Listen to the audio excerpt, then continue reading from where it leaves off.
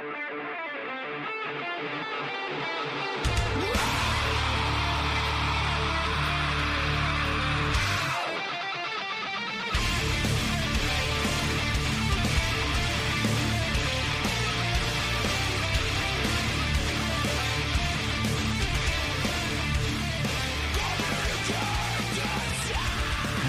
here we go. Today is Sunday, February 5th, 2023. God, it's like the future. And this is episode 270 of the Defensive Security Podcast. My name is Jerry Bell, and joining me today, as always, is Mr. Andrew Kellett. Hello, Jerry. How are you, sir? It's been a minute. It has been a minute. I'm doing great. How are you? I'm good. I'm getting through the winter. You know, glad I'm not in places where it's like negative 110 degrees right now, apparently. Yeah, we seem to be setting records for cold. Sanity afoot, but I'm good. Thanks for having me today. Absolutely. Glad to be here. So it's been a while. By my calculations, almost 6 months, maybe a little longer than 6 months. I kind of forget how we do this kind of thing. Well, it took me the better part of an hour to get all of my audio crap working again. A little bit of rust. Yeah, kind of sweep away the cobwebs. But here we are. And so why exactly has it been 6 months? Well, two reasons. Yeah. Well, I mean, probably more than two reasons. But one reason, obviously, is just work is much more intense than, I anticipated. And maybe the other more timely reason is Twitter went to hell, and I got very, very busy with my Mastodon instance. I've heard a little something about this thing, this extinct woolly elephanty thing that you're doing. Yes. Yeah, that's been quite exciting. Well, maybe we should talk a little bit about that. I know it's not our typical topic, but sure. It seems to be people seem to be interested in that. Sure. So infosec.exchange is the domain name, and I set that up. It's been, I think, almost 6 years ago. And it was one of those little experimentation things, and I had a little, very, very, very small community of people on it, just a handful, for the better part of 5 years, until Elon Musk announced he was buying Twitter, and back in about this time last year, maybe a little bit later, and there was an initial wave of people that came over, and I ended up having to move off of the crappy little cheap VPS I was using to a more substantial server, and I actually thought that was going to be it. Like it was a much larger server, and I figured like I'd never outgrow that until October. I was actually working at my beach place, and my Twitter alert started going bananas while I was on a meeting, and that was when the sale of Twitter closed, and people started jumping ship, and there was all sorts of discussion about people migrating from Twitter over to Mastodon.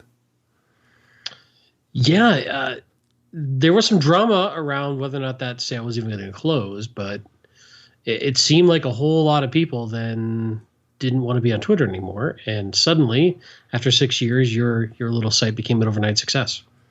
Yeah, it went from about 180 active monthly users, so like over the course of a month, 180 different people would log in, to 42,000 in the course of about 6 weeks.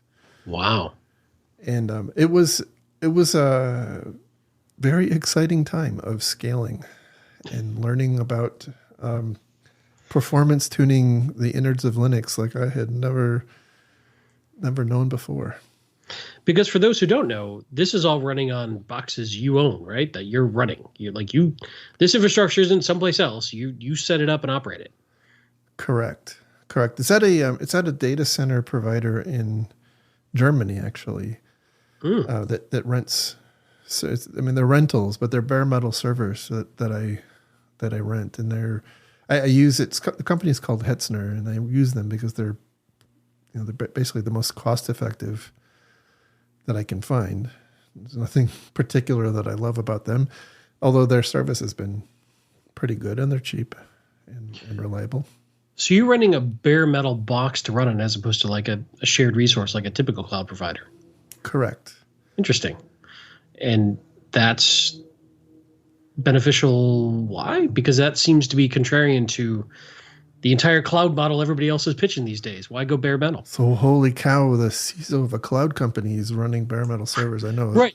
Let's also talk about that for a second, that you're not only doing this, you're also working approximately 7,000 hours a week as CISO of a massive company. So yeah, you're a little busy. It has been busy, and hence why we haven't recorded a podcast in a while. That's fair. So a couple things. One is it's cheap, and two is it is really difficult to achieve the level of performance that you can get on a bare metal system with a shared cloud resource. Even like with a hyper scaled elastic. Yeah. So the answer is you could probably get there, but it would be far more expensive. Interesting. So, for example, at one point, the grand estate that was infosec.exchange had 16 bare metal servers. It was a very, very, very large. I mean, because we had at one point around 12,000 concurrent people connected at any given time.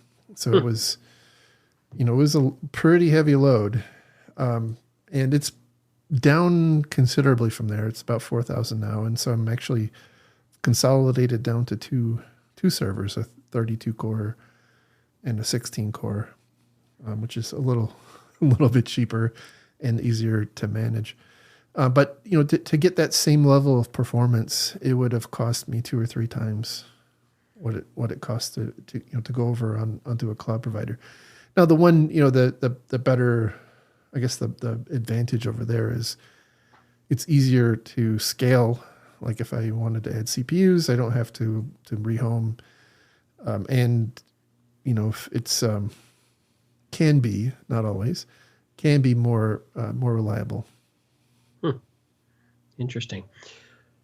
So you mentioned a little bit of load of users. You mentioned you peaked at 42,000. Now you're back down to around 4. Well, so concurrent there's I think we're almost at 49,000 total accounts. Oh wow! But now, not all of it.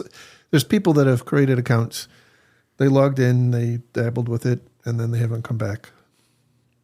And so if you look at the number of active accounts over the past month, we're at just between 25 and 26,000.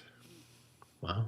But at any given time, right now there's about 4,000 people connected.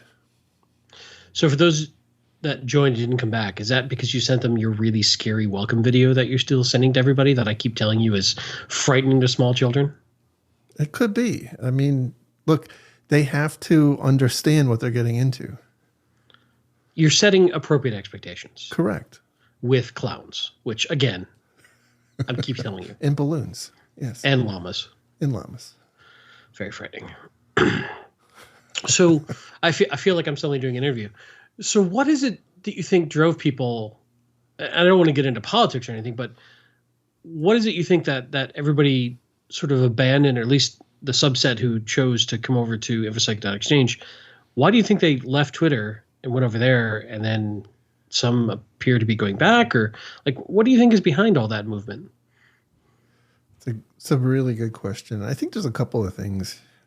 One is there's certainly a political aspect. There's a lot of, look, you can't, for right or wrong, there's a lot of people who don't like the politics of the new management, and we're really concerned about the moves that Twitter made in terms of purging people. And so I think there were employees, and there were concerns about the the viability of Twitter going forward, and so people didn't want to lose the community that they've built. And I think there were also one of the biggest pops of new accounts happened after Twitter announced that they had basically purged their safety team, and so interesting. I think there were quite a few people who just kind of lost faith, but at the same time, the network effect is real, and so when you have a population of people that move from one platform to another, they'll drag other people who might not otherwise have been interested in moving along with them, because those other people want to be where the others are at. They want to be part of the community. Yeah, I saw a lot of big names, straight up announcing that they were leaving Twitter for good and going over to various Mastodon accounts or other social media sites. And yeah, I'm sure people who follow those people were motivated to potentially try it out for the first time and see what it's like. Yeah. Yeah. And I do think that there was a lot of people, look, I would have a hard time quantifying, right? But I think there's quite a few people who came over expecting complete parity with what Twitter had to offer in terms of search and, all of the other features, usability features, which just aren't there, and there's some design points of Mastodon and other Fediverse software that are not popular, or I should say, are missing features that some people have come to expect, right? And so, for example, the quote tweets and more effective search are historically seen on the Fediverse as enabling harassment, and so both of those things have been pretty slimmed down or completely not present at all. You can argue whether that's the case or not, but look, I mean, that's the design choices of the people that wrote the software, and so that's where it's at. Interesting. So it's been an adventure, to say the least. Yep. Yeah. It's been fun. The community has been just fantastic. And actually, that's what has been the most interesting part to me, was helping to facilitate, the ongoing community that had been built up on Twitter. I saw it, it was pretty personally taxing to do this over the past couple of months. But I thought that the InfoSec community that had been built up on Twitter was worth trying to save and help find a landing spot. So what's been, so surprising about that, or so what's caught you by surprise, or what have you learned going through that process? How ephemeral the platform is. Like, that people can just up and quit Twitter after a decade or more.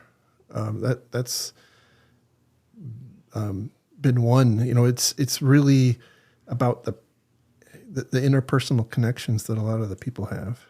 That, and look, there's a lot of strong personalities too. And so having to moderate that has also been pretty fun.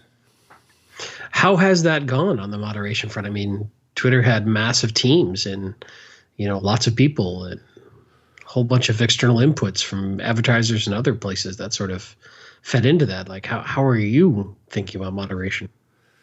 So I set out some rules for the server, and I try to live by, when I get complaints from people, I try to apply those rules to whether or not the behavior is acceptable or not. One thing I did have to do fairly early on, and it wasn't necessarily because of people on the instance, it was because of during the kind of the expansionary phase, there were lots of other troll instances that were just like outright harassing people that were moving over indiscriminately, just like just harassing, with pretty vile name calling, and so I had to enlist the help of some volunteers to help moderate, and that has been probably one of the best decisions of the whole process to select the people that I did. They've been absolutely fantastic. Well, that's cool. Yeah, because I can imagine as it gets busier and busier, that doesn't scale for one person very well unless you want to try to automate it, which has its own set of problems. Yeah, it's actually not been so bad lately.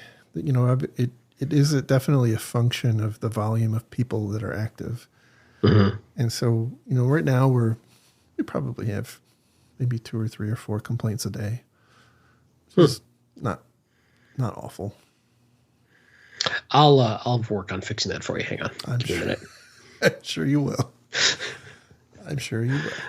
So yeah, it's been fun. It's and look, there's a bunch of other tangentially related services like there's a Fediverse native blog which I set up on a site called infosec.press, and then there's a video site which is kind of like YouTube, I guess, best comparison.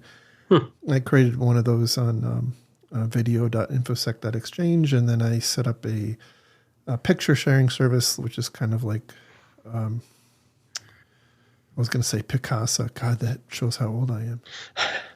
Like Flickr? Like Flickr, maybe? Yeah. Yeah. And that's on pixel.infosec.exchange. And, I keep adding things as time goes on. It's been kind of fun helping to drive the buzz and interest in the community. So for those who don't know, including me, when you use the term Fediverse, what does that mean typically? Like, what are we talking about? Sure. So Mastodon is just one bit of software that participates in this. I don't want to call it a peer-to-peer network, but it's an overlay network on the internet using a protocol called ActivityPub. And basically it's a message sharing protocol, rides on top of HTTPS. And, it is what enables messages like what you see, with Mastodon as an example. It's kind of like a Twitter like, but not direct replacement as we talked about before. But you can send messages back and forth to other people. But unlike Twitter, it's each there's a network of instances that are independently owned and operated by different people with different sets of rules on different domain names. And in that way, by the way, it's much more like email. So you can think of it in many ways as being like a more real-time email. But if I log into infosec.exchange, can I view posts on other Mastodon instances? If the answer is it depends. Okay.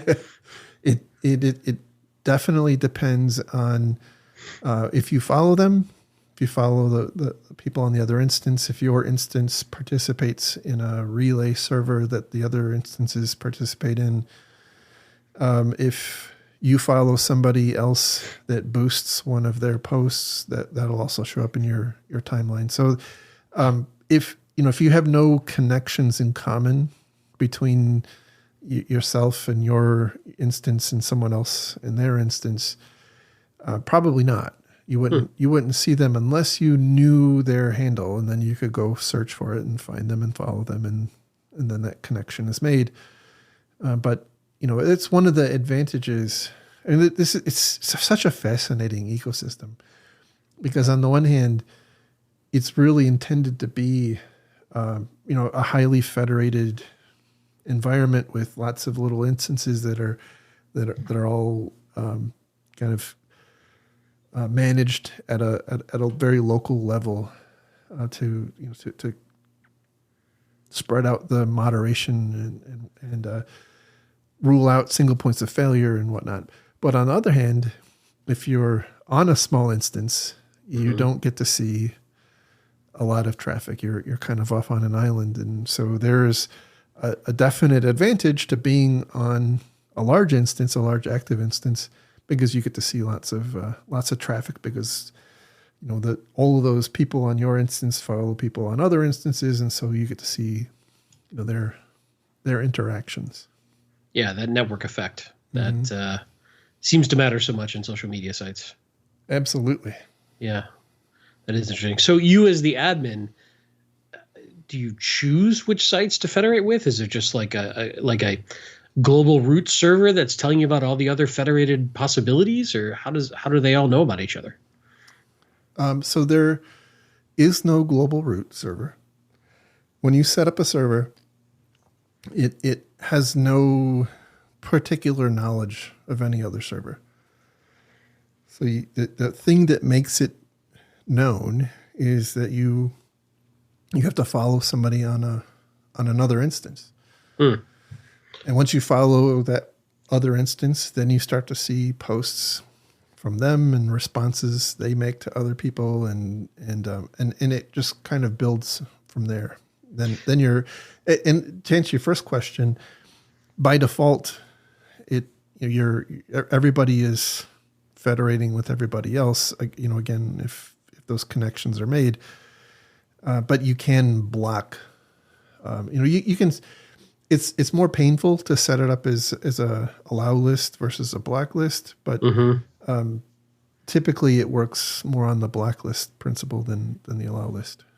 Interesting. Yeah, clearly I don't know anything about the underlying mechanics, but fascinating. Yeah, it's been pretty interesting.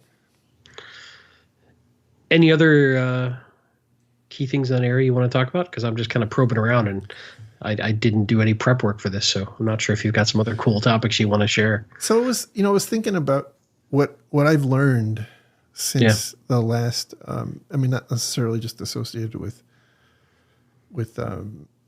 infosec.exchange, but just in general over the past 6 months. And there's been obviously a whole lot of news has happened in that time, and I'm not even going to try to recount all the stuff that has happened, from CISOs getting tried criminally to more APT stuff, and obviously the heating up war in Ukraine. But kind of on a more pedestrian side, it's been very interesting to watch. As again, we talked a little bit about cloud, right? As the adoption of cloud continues, I've said this before, and I'm starting to see it come to fruition. Some of there's new attack types that we really hadn't had to worry about before, starting to come, into full view. And one of those has to do with API credentials. Before you go any further, we should note our disclaimer. Oh yeah. The thoughts and opinions we express are ours and do not represent those of our employers. But look, I'm not going to say anything that is, I don't think any very controversial, but there's a lot of risk associated with the use of cloud-based API keys that you didn't have to worry about in kind of traditional IT. And a big reason for that, I think, is it's difficult to know all the places that they're hiding. And the access an adversary needs to leverage them, if they do find them, is often like just hanging out on the internet. Right? As soon as you find a key, quite often the endpoint that key can use is readily available to you wherever you are. And so that's it's kind of an exciting area of attacker defender innovation right now. So in many ways, it's almost like these API keys are just static passwords that are being set. Yeah. And once discovered, have often huge amounts of permission. And often the endpoint for that API is not protected in any way from the internet. So once you get the API key, you can do whatever that API key grants without really much other problem. Exactly. Yeah. Exactly. And there doesn't seem to be, at least in my experience, nearly as rich of a cultural understanding that that is indeed, for lack of a better term, a password that should be protected tightly, as opposed to an enablement of almost, at least what I've seen with a lot of folks, they treat the API keys almost like an identifier that they just note it in, their script, or they note it in a text file, or they don't protect it nearly as tightly as they probably should if they really realized this was truly a passcode or password type enablement feature. Yeah, exactly. And so we see a lot of this coming into adversary hands through things like open source contributions. Where they're accidentally committed to GitHub or something. Because, like you said, people don't necessarily think about, all of the code, the way that they're writing their code and potentially hard coding these API keys and then committing them into GitHub.com, and that's a big problem. And the bad guys are getting very adept at finding those. And it's also, by the way, further problematic because even if you do realize that you accidentally committed that key and then you commit a new version of your code without the key, that history is still there in your code repo. It never goes away. And then how difficult is it to rotate that key? Right. Which often is, that probably is the initial reaction people would have to hearing this. It's, well, just rotate the key. Well, what I've found at least is that is far more complicated than you think it would be. Yeah. And there's a lot of friction to that. It is. It's even more important in my mind than passwords, because I think we've gotten maybe I'm a little naive on this, but we don't often see passwords being just uploaded willy-nilly to the internet like we do API keys. But I think it's really important as we are designing systems. And when I say we, I mean from an IT operations perspective, we need to be designing in, as we're building these systems, the ability to rotate those keys. And it should be done on some periodic basis to force, both the ability to do it and the automation, so that if, you do discover that it's been compromised, you have, it's not a complete panic. You can go do it. There's a pathway to get there. It doesn't take extraordinary measures in an emergency to rotate it. Right. And you don't break stuff. Right. That's also important. And I think that it's that breakage that causes a lot of hesitation when you're faced with the prospect of having to rotate the keys. Or perhaps even the unknown aspect of, we're not sure what this is going to break because we don't know where all this key is being used. Right. Yes. Which seems like its own problem. Yes. But, if we get into this concept of, for lack of a better term, rotate your keys every 90 days, then eventually NIST is going to come out and say, no, you don't need to do that anymore. And then we're going to get into the circular argument. That's right. You're right. Sorry. You're right. I think part of the reason that this is becoming a big problem is that I don't think there's a great, like on passwords, like we've basically admitted defeat on passwords. And so we've moved to multi-factor as kind of the best practice, which is why NIST says you don't need to change passwords anymore because, you should be using multi-factor. Should. Most people don't read it. They stop reading after don't rotate your passwords anymore. And they like that part, not the other, other parts of the guidance.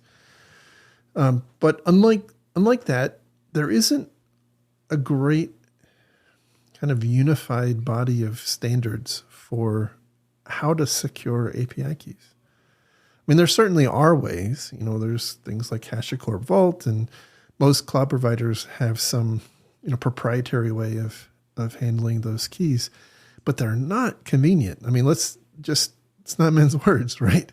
They aren't super convenient. It is not as easy as just committing the key into your code. But at the same time, it's pretty dangerous to do that. So what do you think about tools to detect somebody about to commit or just recently committed, some sort of secret in their code and alerts them on that? Or is that just closing the barn doors after the cow has escaped? I think it's actually really important to do. I mean, even if it is after the horse has left the barn, I said cow, by the way, for the record. even if it's fine. After the if you cow, want to use horse, we can use horse. Even That's if fine. the cow has left the barn. I'm sorry, Mr. CISO, you're correct. We'll use your analogy. How dare I? Even if the cow has left the barn, then it is important to know and close that window of possible exploitation. So It's been a long time. I got to give you a little. I know. I get it. You missed me. I do. I really do. Yeah, I've been looking at this too a little bit, and I do feel like because that aspect of once it's committed, hey, that's a problem, right? It seems like the place to solve it is pre-commit, like some sort of pre-commit checks that say, before I'm going to let you save this here, this pattern matches a key. Are you sure you want to do this kind of thing? Yeah. But that seems to be oddly more complicated than I thought it would be. It is quite. It's complicated, and it's not deterministic. Like it is not like a firewall type control. Like you pass one traffic on one port and you block it on another port. It's dependent on typically being able to identify that a string has a certain amount of entropy in it that is indicative that it's some kind of a secret. And and which is again at best an educated guess, and so it's going to get them wrong sometimes. Is this a secret, or did your cat just crawl across your keyboard? Or both? Or both. It could be both. Yeah, I would agree with you, though, in general, the API topic is, I feel that it's one that isn't on the radar as much as it probably should be. And we sort of enable a lot of things with APIs, but I don't think most people understand the risks associated with these API keys as intuitively as they do like passwords. Right. Kind of like what I was saying earlier. Yeah, so I agree with you. It's something that I think we're going to see a lot more of as more and more things shift to the cloud, because a lot of the times these are service accounts kind of things that are different microservices talking to each other and are deep in the architecture of a project or a platform, and rarely do they surface until they come up to bite you. Mm-hmm. Yeah. So, I really think we have a lot of maturing to do in this area, both in terms of, education and in terms of, tooling to detect it to detect that it's being committed into code, like we just talked about.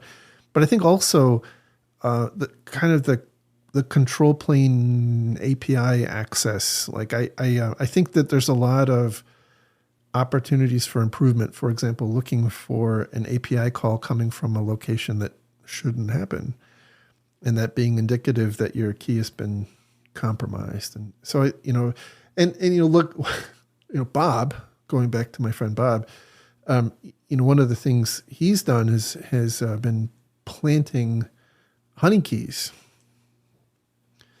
And those honey keys give an indication of, what the adversaries are trying to do when they get a key, and that helps his organization, to figure out, what to look at what to monitor. Again, it's not, it's not foolproof, but I think the big change here is we don't know all of the ways yet, and we may never know all of the ways, right? But we don't know all the ways that the adversaries are intending or will be using these keys. A lot of the ways that they're being used right now are pretty benign. I mean, yeah, they can cost you some money, but typically right now they're like spinning up servers to mine Bitcoin or Monero or crap like that. Now, certainly, there has been instances like what happened with Capital One where, they do something much more nefarious. But, in general, it's that's not been the case. But that's not going to be the case for long. Sure. Right? The adversaries are going to start realizing what they can do with API keys, and we have to get a lot better before then. Otherwise, we're gonna have problems. Yeah, I think there's a companion topic to this, which is how tight are your APIs written. Mm-hmm. I think once people figure out that you've got an API, then often I have seen that the APIs, there's some assumptions perhaps that maybe go into some API development of without the hacker mindset of how could this be manipulated or futzed with. And I think that that's another area that we have to grow stronger in, that our muscle's pretty weak in right now. Absolutely. That is absolutely, I think, hopefully we'll see the red team view on API attacks growing too. Because, right now I still think a lot of our security programs are kind of built on old school IT. And sure. So, we're, the typical red teamer is still thinking about things like, Mimikatz and lateral movement with Active Directory, and which, look, I mean, those are still very big problems, but I just think we have a blind spot right here. Yeah, I would agree with you. About a year and a half ago, I took a senior role at a cloud-only, SaaS-only firm, and it's a vastly different environment and threat landscape than the old school that I used to work in. So yeah, it's absolutely learning curve for both us as defenders, and I think also for the attackers. But the attackers have a heck of a motivation to find ways to manipulate this as more and more organizations just go full cloud first and SaaS only.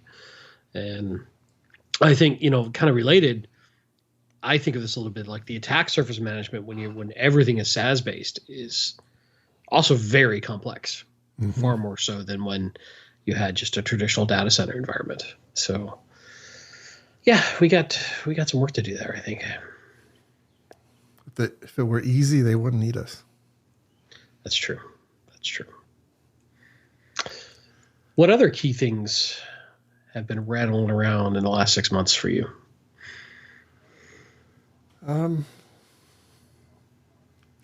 The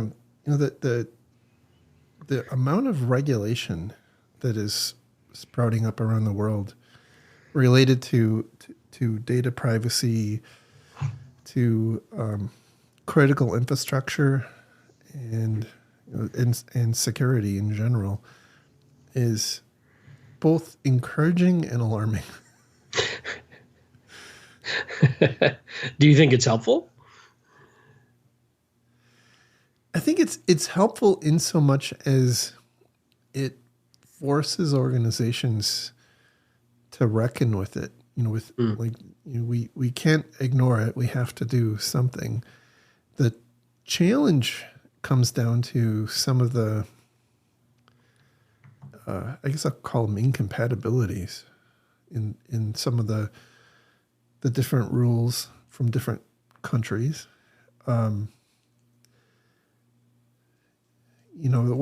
great example is what happened in Australia, and this is like third-hand information, so take it for what it's worth. But there's been a bunch of high-profile data breaches there in recent months, And it's my understanding that some of those data breaches are of data that the carriers were required to start keeping as a result of other data breaches. And so, there's the unintended consequences of rules. India is another example. They've set out some rules related to log retention, and that's kind of antithetical, by the way, to what the GDPR requires. Right, which is the ability to delete all records of certain types of information. Yeah. Yeah, so there's a lot of reconciliation that has to go on, I think, globally. If companies are going to be able to continue to operate internationally, I think also, by the way, there's a lot of I don't want to call it weaponization, but a lot of use of these laws to help bolster local country economies. So forcing like a sovereign location for whatever massive multinational company wants to do business there.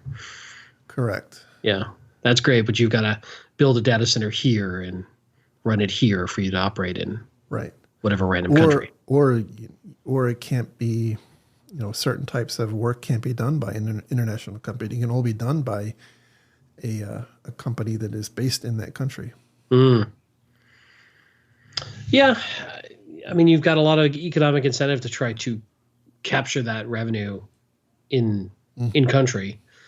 I think there was talk for a little while about some of these big multinationals like having a global tax, like a global minimum tax as well, where you had certain, like I think we saw this 15 years ago, 20 years ago. Ireland launched a very, very low tax rate for corporations. So a lot of corporations went and established business there, and other countries were starting to cry foul that was driving their tax base lower. And, so I probably similar but different sort of problem of how do they capture jobs and tax base for these big multinational corporations. Mm-hmm. Yep. Which is why I just, I'm just going to sell flowers, I think. It's a good plan. In my county only. It's a good plan. It gets very complicated. Without sharing any details, I know that the company I work for does a lot of work in Europe, and the amount of confusion in general still about people in Europe thinking what they think GDPR does. It's interesting how often we're having to educate customers or other businesses or, how we interpret it. And there's just a lot of confusion at times. Without, I don't want to go any deeper than that, and I think when you start layering on more and more and more of these, there's going to be epic amount of confusion, and inevitably you're going to be violating somebody's law without realizing it. Yeah. That is what's concerning to me. Right. Yeah. You look, I may be, again, being naive here, but I think a lot of companies, or most companies indeed, want to comply with the law, but sure, like it has to be feasible to do so. Yeah. Anyway, that's all I had. Okay. So, with your crazy adventures in Mastodon land and your epically busy time as a CISO, how often do you think that we should set expectations that we might be able to do more of these? I think we should plan. We should set expectations for monthly and try to overachieve. That's a good OKR. I like it. Well, good. I'm glad we got a chance to at least catch up, and hopefully people found this somewhat valuable. I know a little bit different than our normal format, but you probably get a lot of questions about what you've been up to and all the fun stuff you're doing. Indeed, especially all those folks who didn't want their social media to be run by an eccentric billionaire. Now it's being run by an eccentric thousandaire with a llama interest. So that's an improvement. That is true. I mean, are you rich enough to be called eccentric yet, or just weird? And is there like an income clip level where you go from weird to eccentric? I don't know. I don't know what the rule is. That's a good question. We'll do some research. We'll get our crack research team on that and figure out. Maybe I am just weird. I don't know. Well, you're my kind of weird, so that's okay. I love you. I'm uncomfortable. HR moment. All right. Good catching up. Hopefully we still got some folks out there who appreciate this, and drop us a note. You can find us all sorts of places. Why don't you to say all the new fancy things? Yeah. So you can find the website for the podcast at defensivesecurity.org. You can follow me and Andy. You are Lurg at infosec.exchange and also Lurg on Twitter. Yes. And I am Jerry on infosec.exchange and Malicious Link on Twitter, although I haven't been on Twitter in, I don't know, it's been a very long time. I just don't have time for it anymore. That's fair. You barely have time to think. You're a busy guy. That is very true. Very, very true. I sincerely appreciate everybody in your patience with us and not having released an episode in a very, very long time. So I look forward to doing more of these soon. Thank you. We're not dead yet. Not dead yet. Get on the cart. But we're way out of practice. Yes. Yes, we are. Well, great talking to Jerry. We'll do it again soon. All right. Take care. Bye. Bye.